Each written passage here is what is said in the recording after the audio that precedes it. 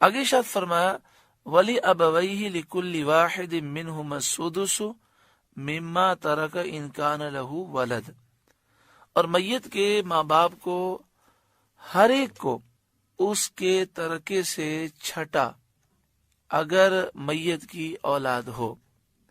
ولی ابویہ میت کے والدین کے لیے، ماں باپ کے لیے، لکل واحد منہما والدین میں سے ہر ایک کو السدس چھٹا حصہ ہے، یعنی کل جائیداد کو 6 سے تقسیم کر دیں۔ مثال کے طور پر کل جائیداد 6 لاکھ ہے تو 1 لاکھ ماں کو مل جائے گا اور 1 لاکھ باپ کو مل جائے گا۔ مما ترکا جو کچھ اس نے چھوڑا اس میں سے چھٹا حصہ، ان کان لہو ولد، لیکن یہ مسئلہ اس وقت ہے جب میت کی اولاد ہو، مثلا بیٹا ہے یا بیٹی ہے یا اس سے زائد ہے۔ فَإِلَّمْ يَكُنْ لَهُ وَلَدٌ، پھر اگر میت کی اولاد نہ ہو، وَوَرِثَهُ أَبَوَاهُ، اور ماں باپ وہ چھوڑے، فَلِأُمِّهِ الثُّلُثُ، تو ماں کا تہائی حصہ ہے۔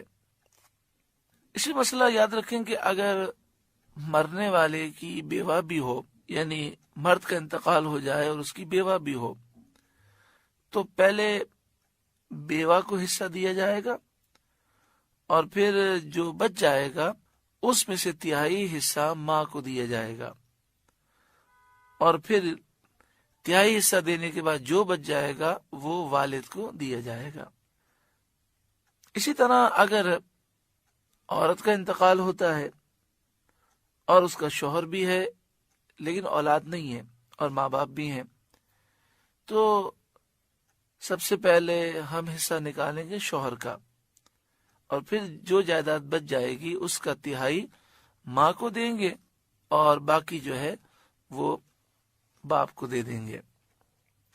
تہائی کا مطلب یہ ہے کہ کل جائیداد کو 3 سے تقسیم کیا جائے، یعنی 33%۔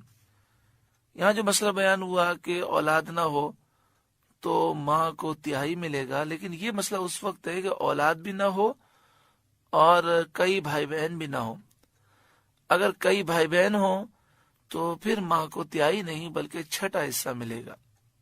فَإِن كَانَ لَهُ إِخْوَةٌ، پھر اگر اس کے کئی بھائی بہن ہو، فَلِأُمِّهِ السُّدُسُ، تو پھر ماں کو چھٹا حصہ ملے گا، کہ کل جائیداد کو 6 سے تقسیم کریں، جو جواب آئے گا وہ ماں کو دیا جائے گا۔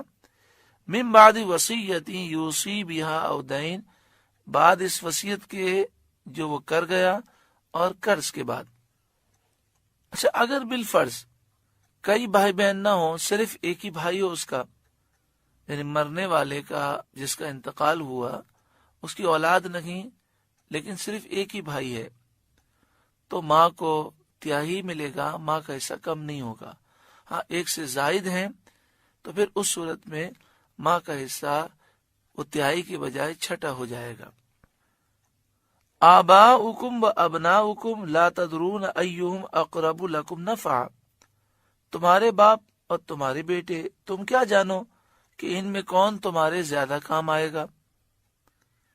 اس لیے حصوں کی تقسیم تمہاری رائے پر نہیں چھوڑی گئی، خود اللہ تعالی نے حصہ مقرر فرمایا، لہذا جو حصہ مقرر ہے وہ اسی طرح تقسیم کرو۔ فریضۃ من اللہ، یہ حصہ مقرر ہے اللہ کی طرف سے۔ ان اللہ کان علیما حکیما، بے شک اللہ علم والا، حکمت والا ہے۔